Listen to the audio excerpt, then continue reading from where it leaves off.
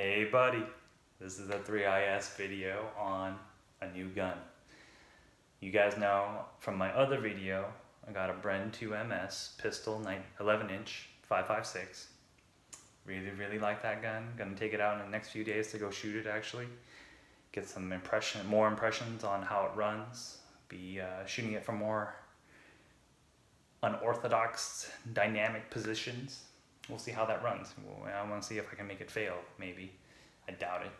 But this also came, and I decided, shoot. Well, unfortunately, it's not the same barrel length as the Bren 2, but it does have an interesting comparison to it. So, why don't we get to it? Open up the lid. It's a very small box. Some foam cut out. We'll take it out. As you can see from the instruction manual right here, this is a Galil Ace pistol. Looks like there's a adjustment tool of some sort in the bag. There was also, I played around with this in the store, so some of the stuff would be in the bag that is not. A stop safety warning tag that was attached to the trigger guard. A zipper lanyard or keychain type thing. IWI branded, if you want to floss your gear. I live in a very blue city that does not encourage, does not look favorably upon gun owners, so I usually try to keep pretty low key. IWI sticker. NRA membership advertisement. National Shooting Sports Foundation Safety Manual. Now, why do I bring this up? Is that this is a really great organization. They have a lot of information about the firearms industry. Don't know why they're not bigger, more outspoken, but maybe it's just because they just focus on safety. They're not worried about politics and such, but they are industry partners, and they are very respectable. I think it's a non-profit. They're great. They might be trying to keep a low profile, who knows, but they are a great organization. They give a lot of information. Fire responsibility in the home, and looks like a IWI product warranty card. All right, what else is in here? Cable lock, IWI branded, not bad. Pretty short. Let's see. Mag pull, 30 round magazine. Gen 3, windowed, black. The bag that the gun was encased in, blue.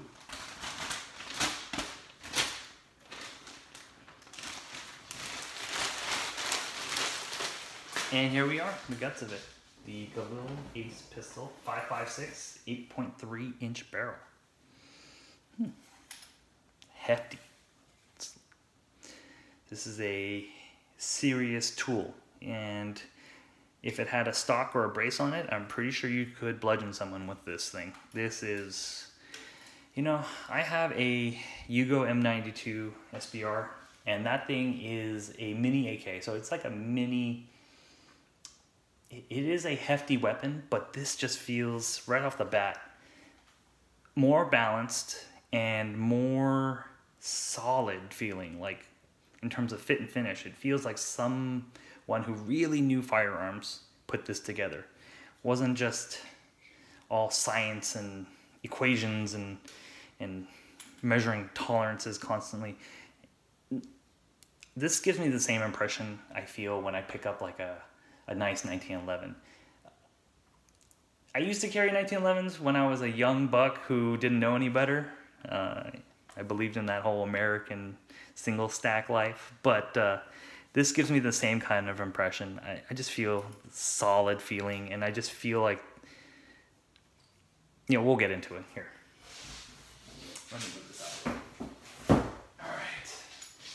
So we'll start from let me give you an initial impression. So it feels solid. I like it.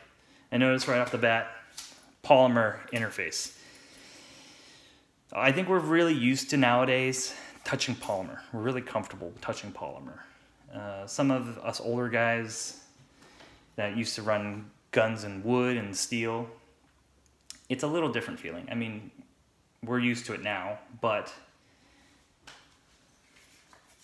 it just has a weird feeling to it. Seeing how heavy this is and how solid it feels overall, and then just kind of have this kind of weird, cheap polymer feeling. Maybe not cheap, but it does feel,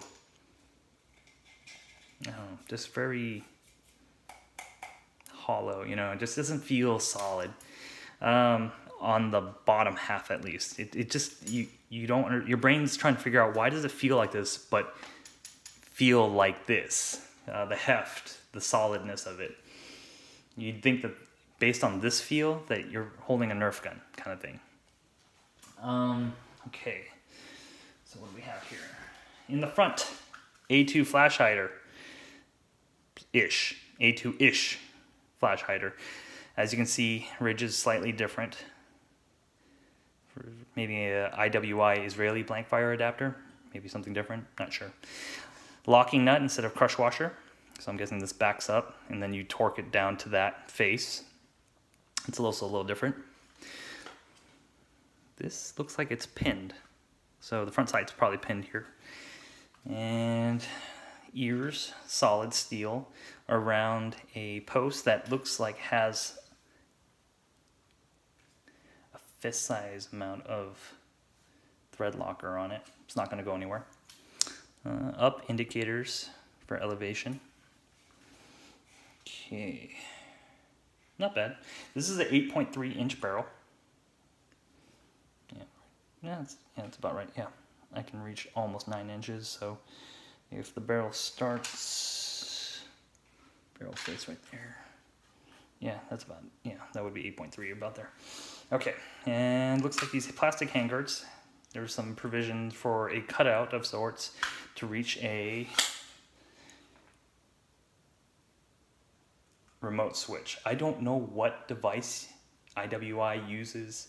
It's probably a Mars optic that has like connected to a light or a laser or something. I've never seen it domestically. I know there were some Mars optics here that didn't have IR that were offered for a very exorbitant price, and then there were some very questionable ones that were allocated or procured in a very suspicious way. It would have been interesting to see if they would have worked in here, and you have a Mars side, it would have completed the whole look. But yeah, you can take a look. There's a big, what looks like Allen, or just a big bolt there. A couple bolts here securing probably to the barrel and front handguard assembly. Polymer cutout slots in the Picatinny. Looks like 2 solid Picatinis, and this is all plastic. This handguard, this or kind of delta nut-ish handguard fairing, I guess that's the best way to describe it. If we look at the back of the Picatinny rail cover, there's an R. Here's the pressure plate that allows release, and then here's the circle. There looks like there's some like notches that hold it in. So if you have to remove it, or you need, if you wonder if you broke it, that's what it looks like. Okay, we'll go to the left side. Probably the same thing on this side. Ooh, stuck a little bit. So this side has the L. Don't know if you can see that. There you go. Pressure pad from this side. Slots there. And to take note, the bottom one has a handguard stop of sorts. We'll push this forward. Okay, so as you can see here, they did mill out the Picatinny here as they did on the sides. I'm pretty sure that's fairly certain that that's so that they can get it off without having to hold the pressure pad all the way through. I've had a few QD grips that are just pains in the asses because you have to depress while sliding it off the whole time, and they were tight fits. This one, yep, looks like if you press it, slides forward and back. You only have one choice basically. You want it on, you want it off.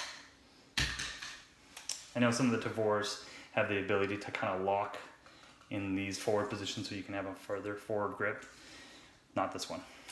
Okay, so rail on top gas tube, very reminiscent of the Ultimax. Nice to see that they've incorporated it here in this Galil design.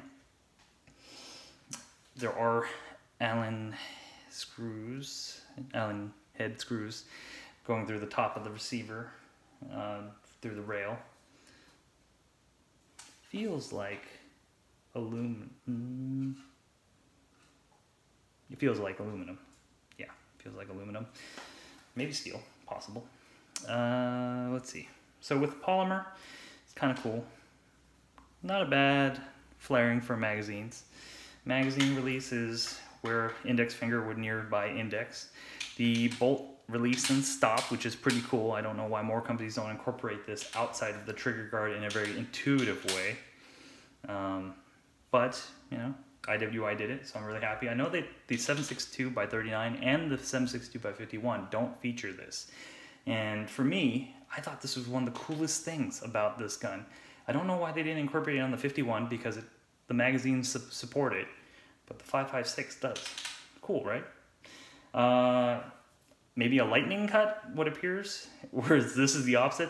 This has a protrusion on the lower receiver, but there's no corresponding use for it inside the mag well. There's a magazine release on that side, but this side, big chunky piece of plastic for no reason. Well, they removed some out of the steel there.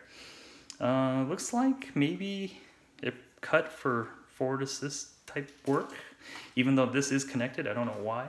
Maybe someone could explain to me why this cut is here on the bolt. Pull back.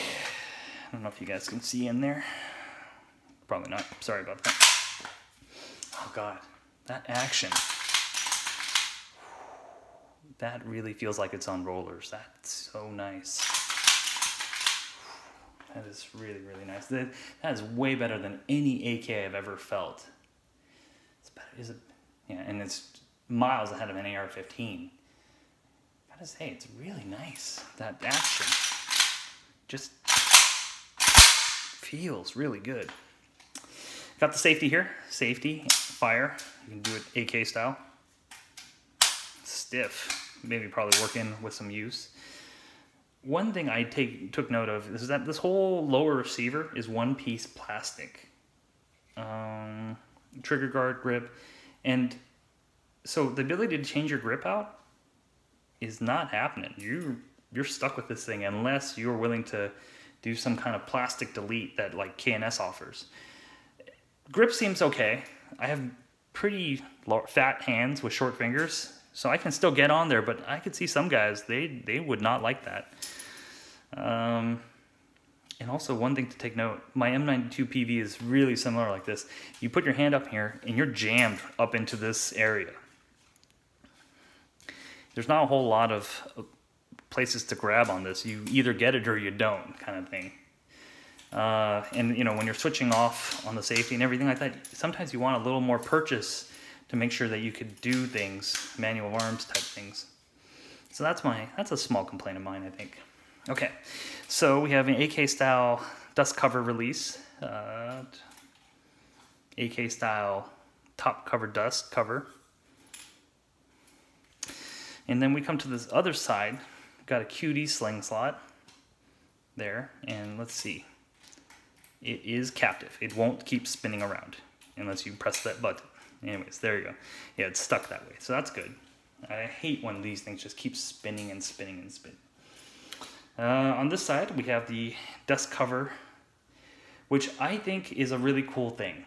I know there are going to be people out there who say, oh, it's more parts, it can fail.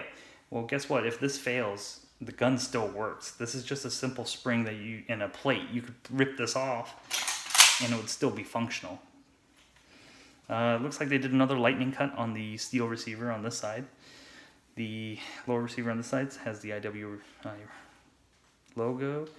These mag releases are stiff, especially on the left side. The right side, I'm guessing the right side assists the left side, and that's why this is so stiff.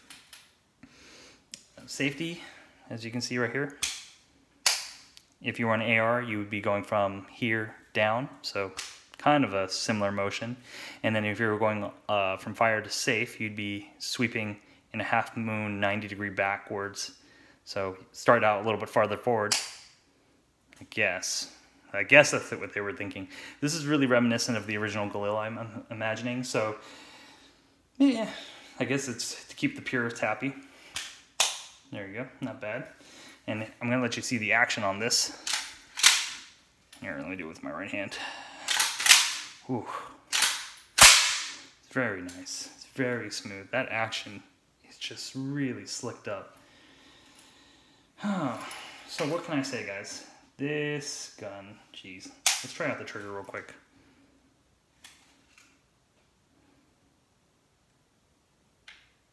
Okay, so a little take up. Ooh, and there we go. Let's try it one more time. It feels about 3 pounds, maybe. And then second one hits that wall. Oh, it's just a tiny bit of creep, like the smallest amount, and then it breaks. But it is not a light trigger, guys. This is probably around 6.5, which is a good trigger. I have no problems with that. 6.5, maybe 7, about 7. Here, hold on one second, guys. I know, dead air time. Just look at the gun.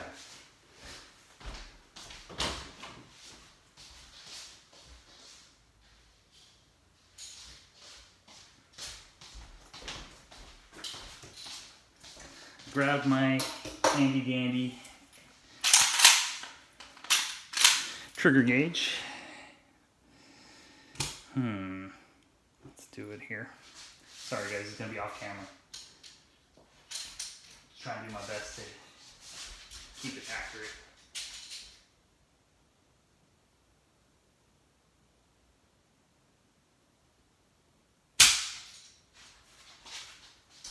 What did I say? 7 pounds? Let's take a look at this. Super accurate, 7.25 approximately, right? Want to give that a shot one more time? One more time.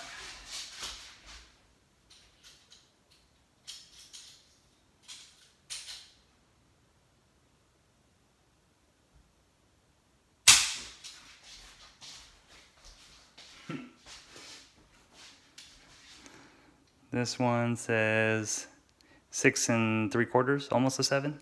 So there's a big variance in that pull weight. You want to do one more time? Probably, that makes sense. Hold on, let's try one more time.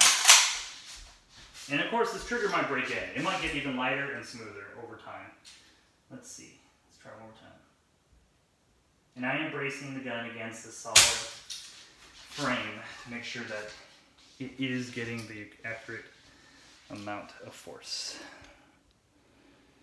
Now we're all over the place. 6 pounds, right? Jeez, I was on, right? 6 pounds, around 7. Just keeps on varying from 6 to 7, somewhere around there. So, a lot of variance. Still a good gun, seems like it. Too early to tell. Could get better. Trigger could smooth out a lot more. ALG Defense, they make a trigger for the 7.62x39 version, but not for this guy yet. It's one of those things, I think we just have to hound Geisley to get this made. I think there's a lot of purists out there who will think this is an AK, and so therefore there's maybe more demand for the AK version. But guys, the Galil was a 5.56 gun. Let's get it out there. So with the Bren, I got 4 magazines to test out. These are the most common magazines I think most people are going to own. We have the Stanag aluminum. This one I found was an OK one, OK Industries. So you probably have it in your parts box or magazine box somewhere. Got the Gen 2. Yep, there you go, Gen 2 Mo. Got the Gen 3, similar to what's equipped with the Galil Ace pistol, or what comes with it. As you can see, gray follower, so Gen 3. There you go, M3. I don't know if you guys can read that. And then Lancer Systems, the L5 AWM 5.56x45. So we're gonna try these out, see how the fit is on one of these. I'm gonna do it. Let's see. Here we go. Let's start with the one that probably everyone has, the Magpul Mode 2. This is probably what in excess everyone is purchasing now. Okay. So no wobble at like some right to left, but front to back, nothing. Okay. So I'm gonna do this twice. I'm kind of figuring out a couple things here and there about doing these tabletop reviews. Pressing the magazine release, it's in there. Okay, we're gonna press this down and we're gonna see if it drops out. Nothing. Looks like it drops out about like 1/4 of an inch. Okay, so you can strip it, but it doesn't want to go anywhere. Okay, so now we're going to try it with an open bolt. Still no movement front back, some side to side. Nope, still stuck in there, actually still locked in. This might change with wear. This, as you can see, is not a very well used mag. This is basically brand new. I think I loaded these and never have used them. These were probably just sitting in some kind of storage with ammo in them. Same thing. Let's see. Let's try the M3. I believe this has had a similar fate. It is almost brand new. Had ammo in it at one point, but let's try it out. Let's go here. Forward to back a little bit more than the other one. Same, a little tighter side to side. How weird is that? Every mag's different. Anyway, so let's give it a shot. Ooh, Gen 3. Gen 3 drops out. Let's try it one more time. There you go. Now let me try this one more time. Nope. Does not like Gen 2s. Looks like IWI has a reason why they include Gen 3s. Alright, perfect. And then we will also try, of course, with the bolt lock back. Little wobble. Little wobble to the right and left. Ooh. How interesting is that? Empty mag, bolt hold open. Magazine will not drop. Actuating from both sides. Won't release.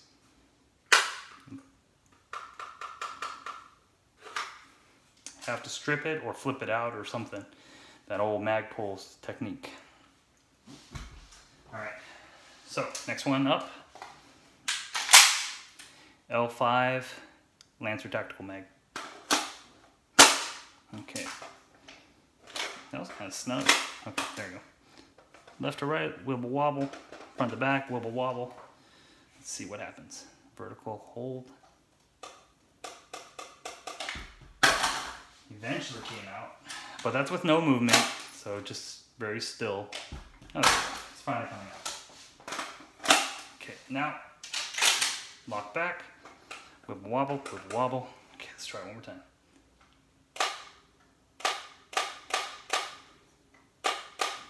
Still in there.